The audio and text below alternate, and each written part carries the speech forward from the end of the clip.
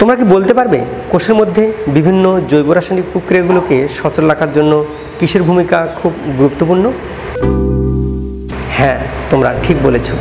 কোষের মধ্যে বিভিন্ন জৈব রাসায়নিক প্রক্রিয়াগুলোকে সচল রাখার জন্য অভিসরণের ভূমিকা খুবই গুরুত্বপূর্ণ। এই প্রক্রিয়ার দ্বারাই উদ্ভিদ কোষের রস স্ফীতি ঘটে। কাণ্ড ও পাতাকে সতেজ ও খাড়া রাখতে সাহায্য করে, ফুলের পাপড়ি বন্ধ বা খুলতে পারে, তাছাড়া প্রাণীর অন্ত্রে খাদ্য শোষিত হতে পারে। চলো আজ আমরা অভিস্রবণ প্রক্রিয়া পর্যবেক্ষণ করে দেখব।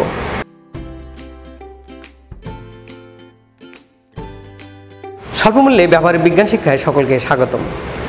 এই পরীক্ষণটির জন্য আমাদের লাগবে একটি স্ট্যান্ড, একটি মাছের পটকা, দুটি বিকার, একটি ড্রপার, চিনি, একটি স্যালাইন সেট, একটি মার্কার পেন, চামচ, সুতা, কাঁচি এবং কিছু পানি। পরীক্ষণটি করার জন্য আমার সাথে থাকবে ফারুক। ফারুক, তুমি আসো। প্রথমে আমরা যে কাজটি করব সেটা হচ্ছে আমরা একটি বিকারের মধ্যে চিনির দ্রবণ তৈরি করে নেব।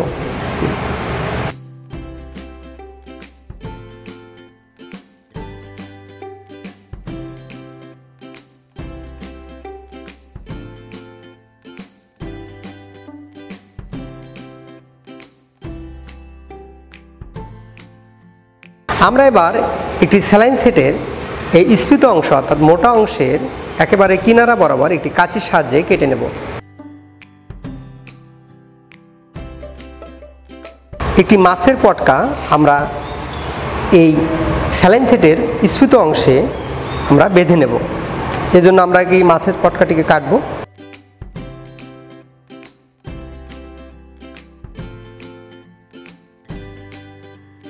স্যালাইন সেটের মধ্যে আমরা কিছু চিনির দ্রবণ প্রবেশ করাই।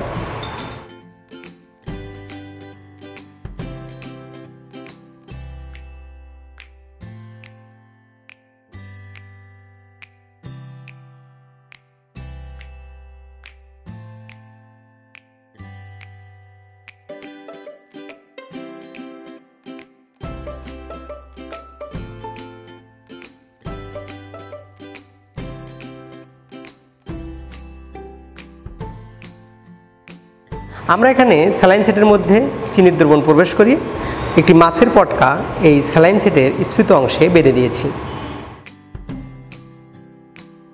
এবার আমরা এই স্যালাইন সেটটিকে একটি স্ট্যান্ডের সাহায্যে উলম্ব অবস্থায় অর্থাৎ খাড়া অবস্থায় সেট করি।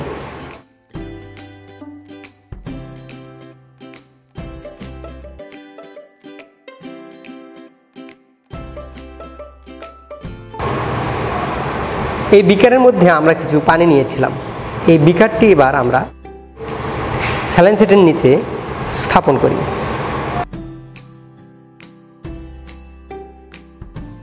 মাছের পটকা সহ স্যালাইন সেটের স্ফীত অংশটি পানির মধ্যে ডুবিয়ে রাখি। এবার আমরা একটি মার্কার পেনের সাহায্যে স্যালাইন সেটের ভেতরে যত দূর পর্যন্ত এই চিনির দ্রবণ রয়েছে সেই পর্যন্ত আমরা চিহ্নিত করি।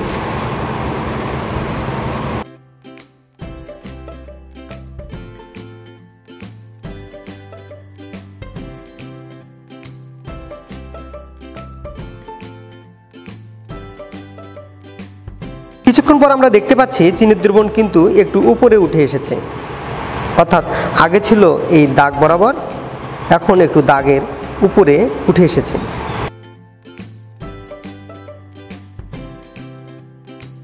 আরও কিছুক্ষণ পর দেখা যাচ্ছে এই নলের ভিতরে এই চিনির দ্রবণের তল কিন্তু আরও একটু উপরে উঠে এসেছে। আমরা আরও কিছুক্ষণ অপেক্ষা করি। এখন আমরা দেখতে পাচ্ছি এই নলের ভেতরে দ্রবণের তল কিন্তু আর উপরে উঠছে না। এবার তোমরা বলো তো, মাছের পটকার এই পর্দাটি কি ধরনের পর্দা? এবং আমরা দেখলাম নলের ভেতরের চিনির দ্রবণের তলটি প্রথম অবস্থায় উপরে উঠে এসেছিল, কিন্তু কিছুক্ষণ পর আর উপরে উঠছে না। এর কারণ কি? এটা মূলত অভিস্রবণের দ্বারাই এরকম ঘটনা ঘটল।